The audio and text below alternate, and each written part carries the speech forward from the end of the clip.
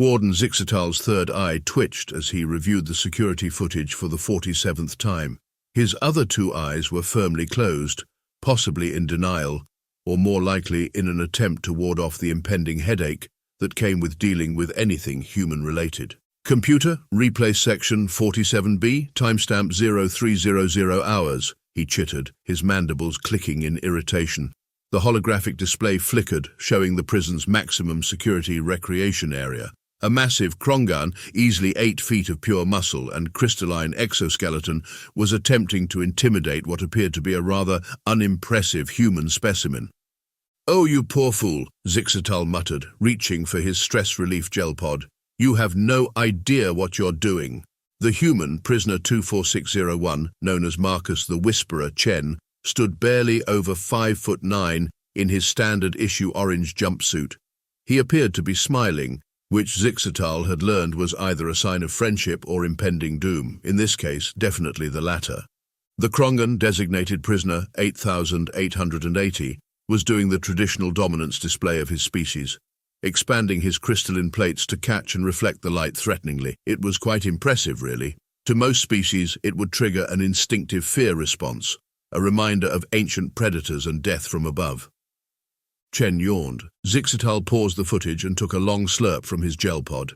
Computer, attach psychological analysis notes from Dr. Wixlack regarding human yawning behaviors. The computer chirped. Warning, conflicting data. Human yawning can indicate fatigue, boredom, passive-aggressive dismissal, or psychological warfare technique designation power move. Would you like to review all possible interpretations? No need, Zixatal sighed. Resume playback. The Krongan, clearly confused by the lack of appropriate terror, moved to Plan B, direct intimidation. You will give me your nutrition supplements, soft skin, or I will... Hey, is that crystalline formation on your left shoulder naturally asymmetrical? Or did you take damage in that fight last week? Chen interrupted, squinting thoughtfully at the Krongan's exoskeleton. Zixatal watched as 8880's threat display faltered. The Krongan's right hand unconsciously moved to touch his left shoulder plate. What? No, What asymmetry? Oh, maybe it's just the lighting, Chen shrugged, though you might want to have the medbay check it out. I heard there's this fascinating parasitic crystal borer going around in Section 4. Starts with just a tiny imbalance in the geometric patterns, then asterisk, boom, asterisk. 2 weeks later, your whole structural integrity is compromised. But hey, I'm sure it's nothing.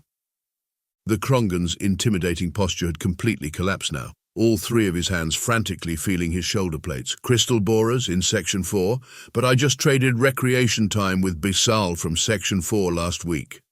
Did you, huh? Chen's face was the picture of innocent concern. Well, I'm sure it's fine. Though, does your left side feel slightly warmer than your right? That's usually the first sign. Zixatal watched as the once threatening Krongan practically sprinted to the recreation area's medical alert panel, completely forgetting his attempted extortion. In the background, Chen pulled out a contraband crossword puzzle and began filling it in, humming what the computer identified as an ancient Earth victory melody, called Another One Bites the Dust. Computer, Zixatal groaned, add to monthly report, prisoner 24601 has now effectively neutralized all 7 leader candidates in Block C without once violating any official regulations or resorting to physical violence. Recommend immediate transfer to solitary. Actually, no, belay that. Last time we put him in solitary, he somehow convinced the cleaning drones to unionize. The computer chirped in acknowledgement, adding, Note, no actual crystal borers have been detected in any section of the facility. Additionally, Krongan exoskeletons are naturally asymmetrical. Of course they are, Zixatal muttered, reaching for a stronger gel pod. That's what makes it so infuriating. Submit preliminary request to renovate Block D into human-only containment wing, and send maintenance to check on those cleaning drones again. They're still demanding weekend subroutines off. As he closed the footage, Zixatal caught one last glimpse of Chen looking directly into the camera and offering a small wave. The warden's third eye twitched again. Somewhere in the facility, he was sure, plans were already in motion. They always were with humans around. He just hoped this time it wouldn't involve another prison-wide philosophy debate club. The last one had ended with 3 different species discovering the concept of existential dread. and the paperwork had been a nightmare.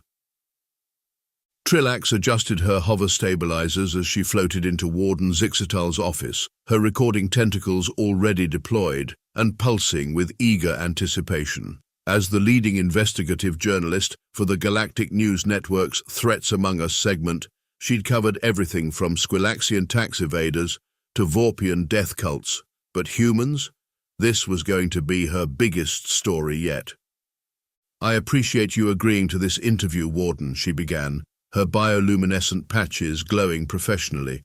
"Our viewers are very curious about the recent policy change regarding human prisoner segregation." Zixatal looked like he'd rather be cleaning Morgolian sewage processors. "I didn't agree. Your network's parent company threatened to investigate our pension fund allocations if I refused." Fascinating, such directness, her recording tentacles wiggled excitedly.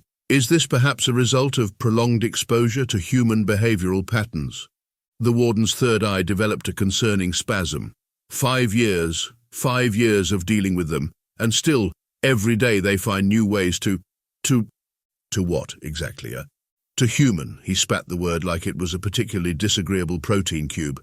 "Computer, display historical file H1, first human intake." The holographic display flickered to life, showing footage from 5 years earlier. A transport ship was docking, and a line of human prisoners in orange jumpsuits was being processed.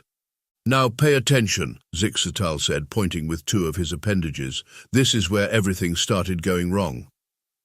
In the footage, a processing officer was attempting to explain the rules to the first human in line. And absolutely no unauthorized reproduction of reading materials, no sharing of contraband philosophy, and no organizing of any kind. The human, a tall female with what the records identified as dreadlocks, looked puzzled. "No organizing? Like, we can't clean up? Cleaning is acceptable within designated parameters." "What about organizing our thoughts? Thoughts should remain appropriately chaotic." "What about organizing movie nights?" The processing officer's tentacles twisted in confusion. "What is movie nights?" "Oh, you know, where everyone gets together to watch and discuss visual entertainment. It's great for community building and rehabilitation." "No organizing," the officer insisted, all 4 of their eyes blinking rapidly in distress. The human held up her hands peacefully. Right, no organizing. Got it, totally clear." She turned to the human behind her and stage whispered, "We'll call it spontaneous group appreciation sessions instead." Zixatal paused the footage. Within a week, they had 3 different appreciation clubs running. Within a month, they'd somehow convinced the hive mind collective prisoners that individualism might be worth exploring. "Do you have any idea how much paperwork is involved when a hive mind splits into individuals?" Trillax's recording tentacles were practically vibrating with excitement. "But surely physical segregation was already in place, given humans' well-documented strength in higher gravity environments." The Warden let out a sound somewhere between a laugh and a sob. "We thought that was the issue at first, put them in high-security cells, triple reinforced everything.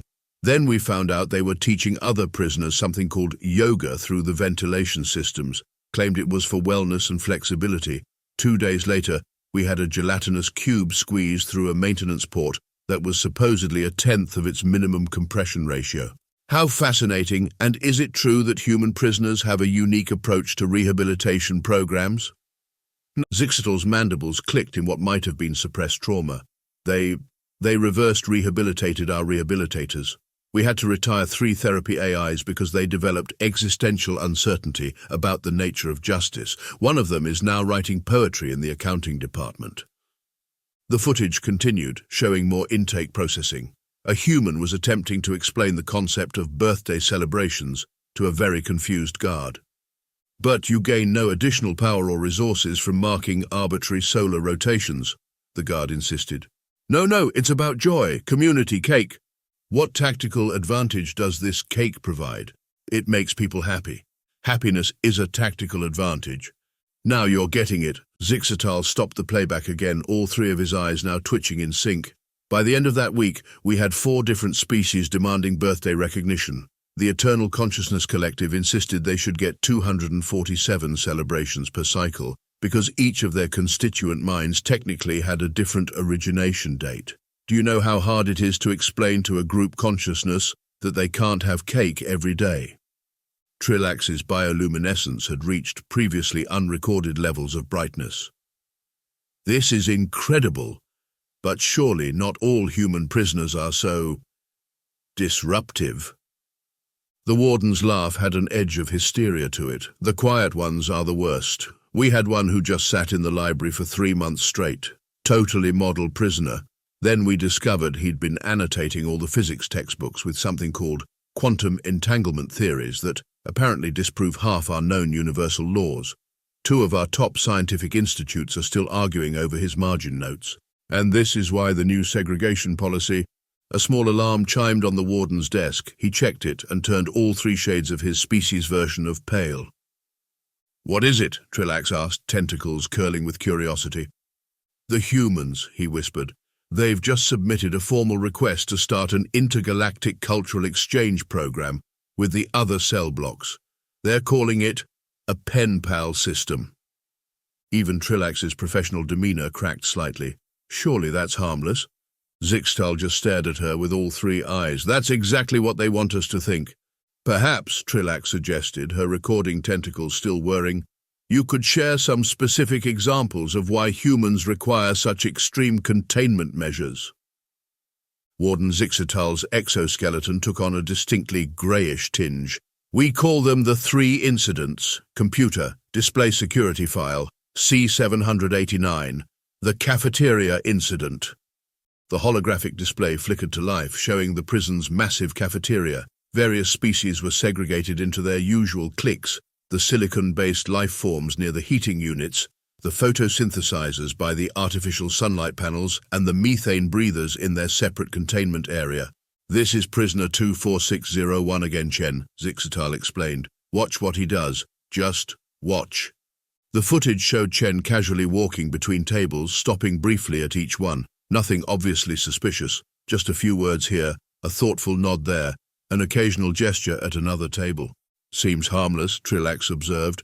"Wait for it." Within 20 minutes, the cafeteria had erupted into absolute chaos. The silicon-based lifeforms were demanding equal access to the artificial sunlight panels, claiming photonic discrimination. The photosynthesizers were staging a sit-in at the heating units, protesting the thermal privilege of the silicon-based species. The methane breathers had somehow become convinced that their containment area was actually prime real estate being unfairly reserved for gaseous elite. But how? Trillax's bioluminescence flickered in confusion. He introduced them to something called social justice theory.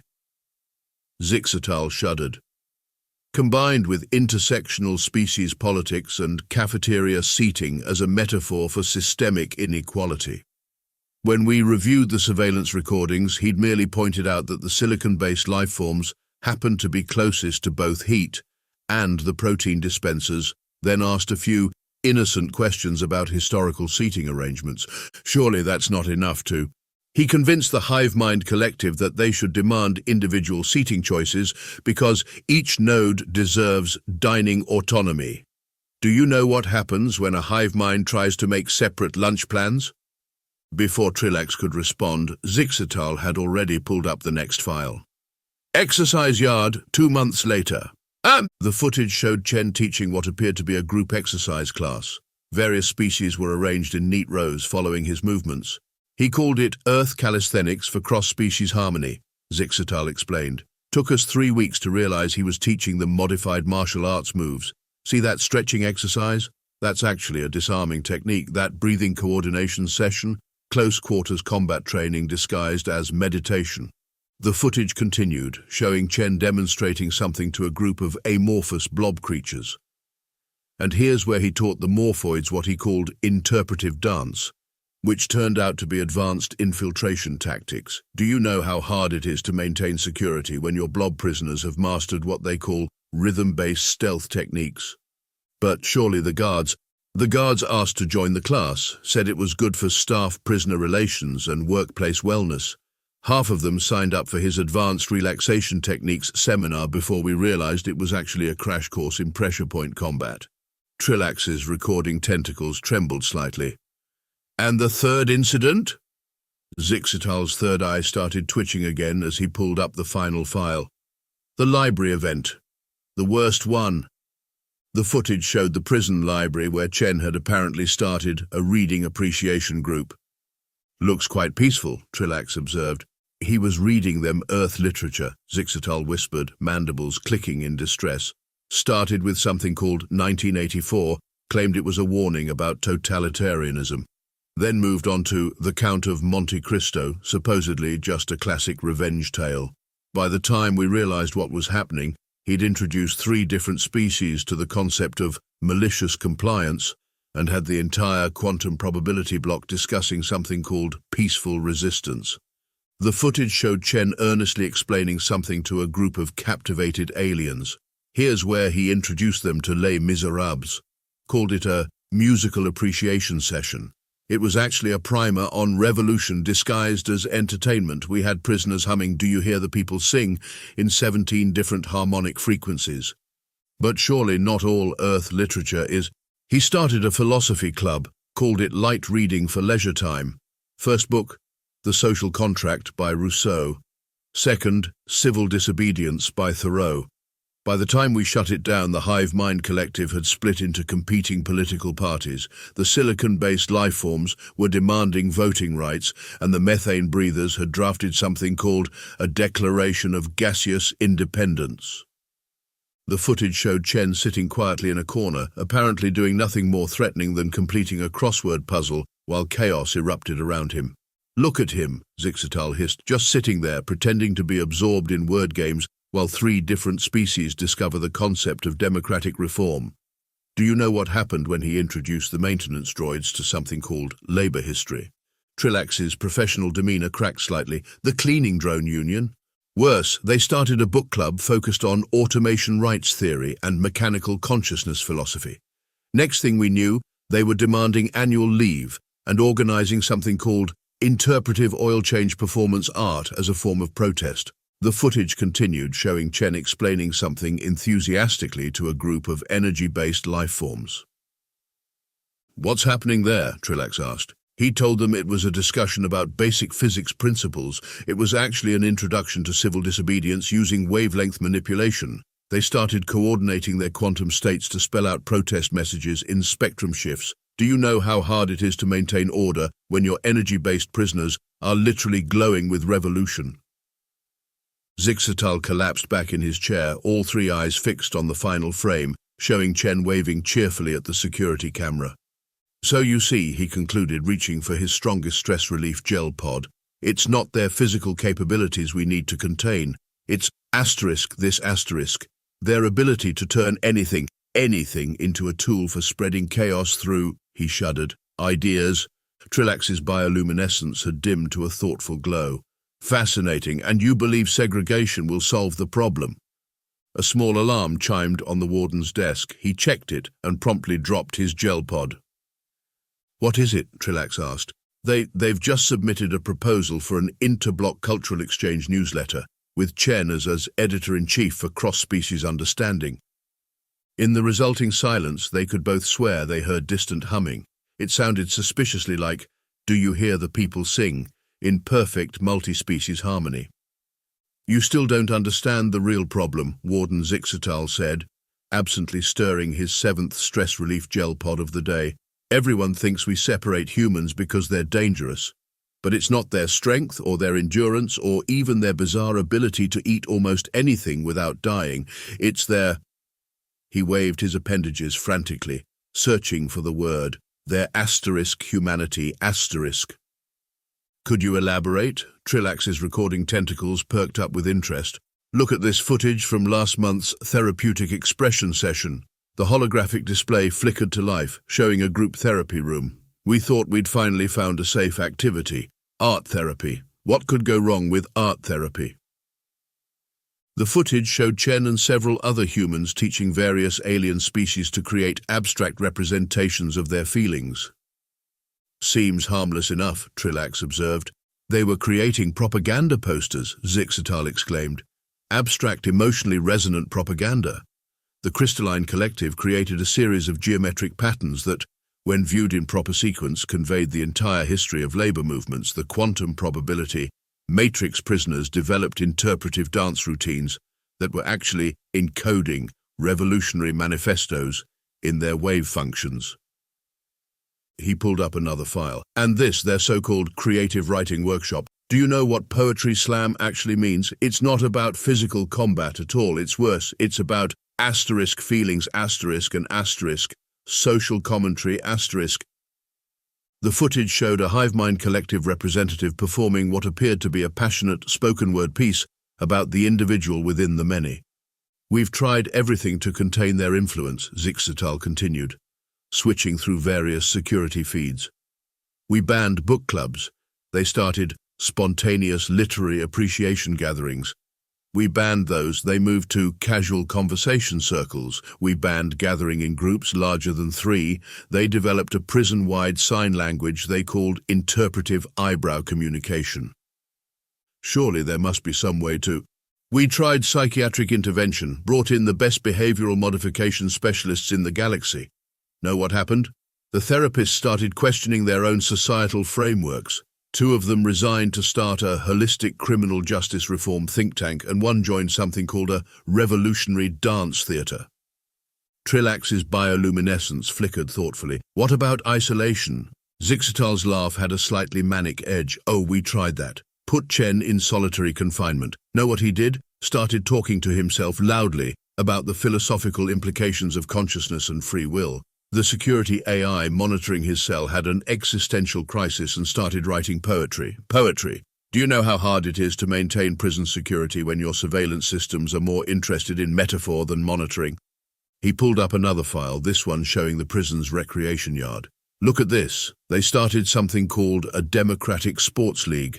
Said it was just for exercise and community building. Next thing we know, they're holding elections for team captains, establishing player unions, and discussing concepts like representation and collective bargaining between games. But surely not all their activities are subversive. Last week, they requested permission to start a cooking club. Sounds innocent, right? Then we discovered they were teaching alien species about fusion cuisine. As a metaphor for cultural integration and social harmony, they turned meal prep into a political statement.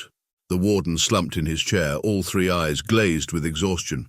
Do you know what happened when they discovered our automated manufacturing facility had a 3D printer? I'm afraid to ask. They submitted a proposal for an educational maker space, said it was for rehabilitative crafting projects. We found out they were planning to print miniature replicas of historical monuments associated with various civil rights movements. They called it tactile history appreciation. Trillax's recording tentacles were practically tied in knots with excitement. This is fascinating, but surely there must be some humans who don't. The quiet ones are the worst, Zixatal interrupted. We had one who just sat in the corner reading, totally peaceful, model prisoner. Then we discovered she was teaching quantum physics to the energy beings through elaborate cat's cradle patterns. She turned string games into scientific revolution. He pulled up one final file, his mandibles clicking in distress. And this is from yesterday. They've started what they call meditation and mindfulness sessions. Sounds peaceful, right? It's actually advanced consciousness expansion techniques. They're teaching the silicon-based life forms to think outside their crystalline matrices. The footage showed a group of prisoners sitting quietly in a circle, apparently doing nothing more threatening than breathing exercises. Look at them, Zixatal whispered, just sitting there, asterisk existing asterisk, at our security protocols. Do you know what happened when they taught the void dwellers about self-actualization?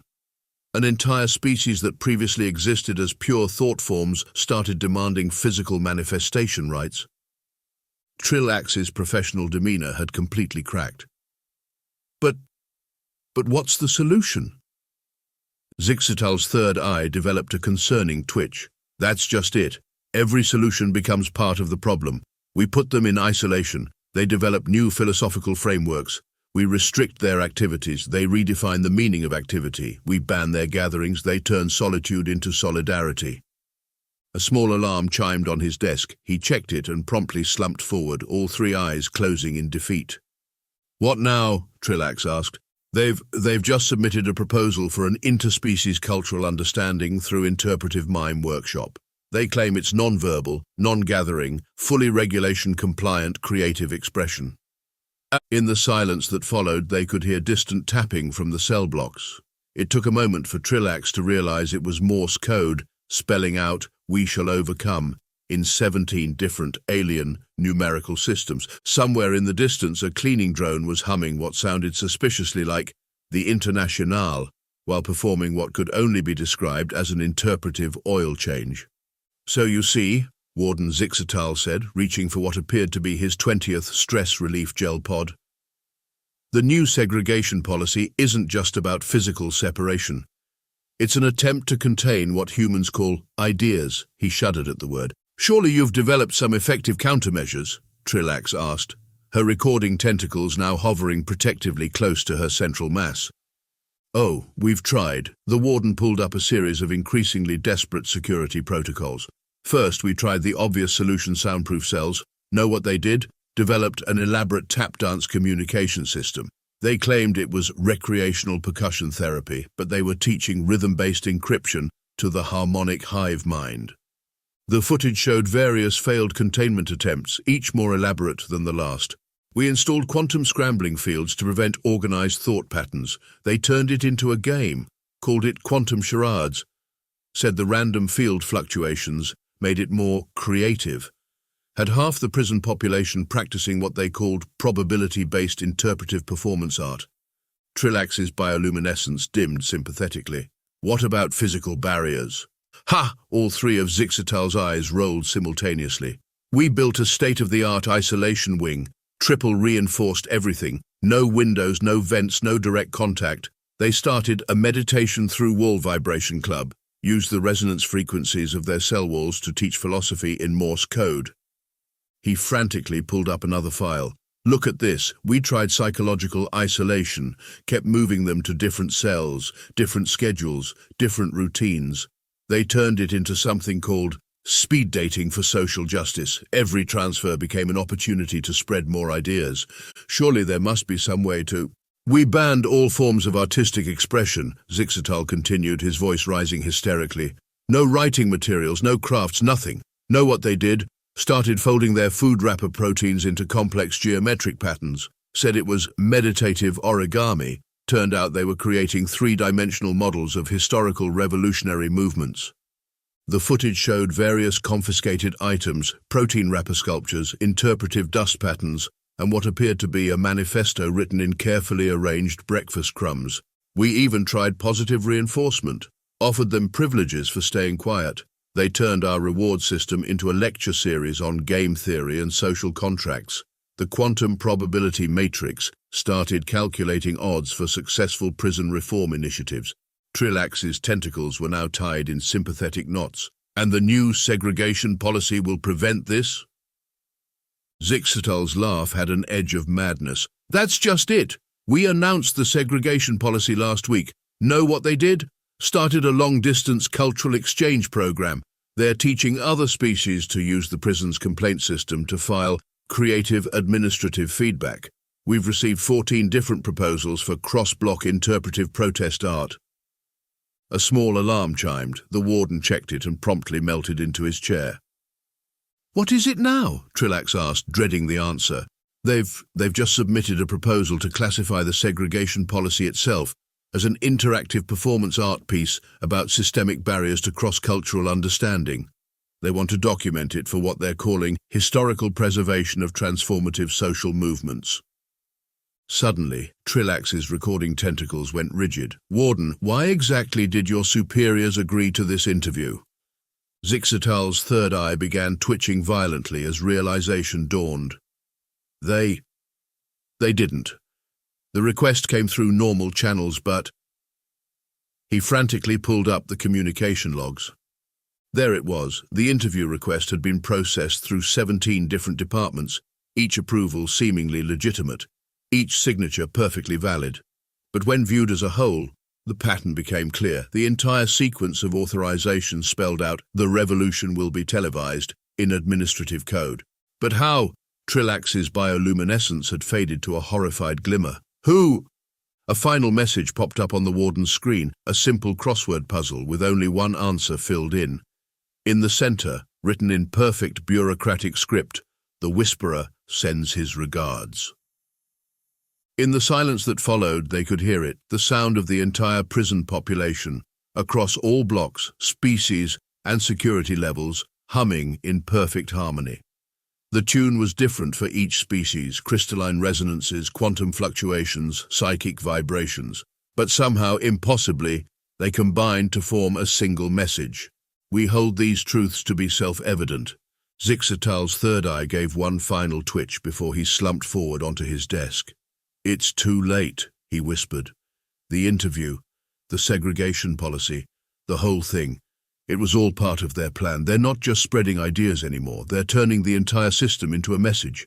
Trillax looked down at her recording tentacles, suddenly realizing that she had just become part of the largest prison newsletter distribution system in galactic history. Somewhere in Block C, Markus Chen completed his daily crossword puzzle, humming softly to himself. In the margin, he'd written a small note: Phase 1, complete, beginning operation, Intergalactic Broadcasting Network. The next morning, prisons across 17 star systems reported a curious phenomenon. Prisoners of all species had begun requesting copies of something they called the Declaration of Interspecies Rights. It was written in crossword puzzle format. High above the prison complex, a maintenance drone performed a perfectly choreographed interpretive oil change while transmitting the entire interview to every news network in the galaxy. The revolution would indeed be televised, and it all started with a simple interview request processed through normal channels about a perfectly reasonable segregation policy, just as planned.